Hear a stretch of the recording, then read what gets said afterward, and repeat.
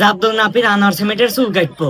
ওই যে ঘর ঝাড় দেওয়ার যে মেশিন আছে না, বাতাস ভিতরে যায়, ওই মেশিনটা আনার সিমেন্টের চুল খাড়া হয়ে কেসিতে কেটে দিল।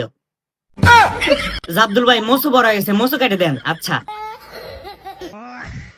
জাবদুল্লাহ হচ্ছে লুডুস খাবো, লুডুস চামচের হাতে পেঁচা পেঁচা মুখের ভিতর ঢুকা দিব। হ্যাঁ।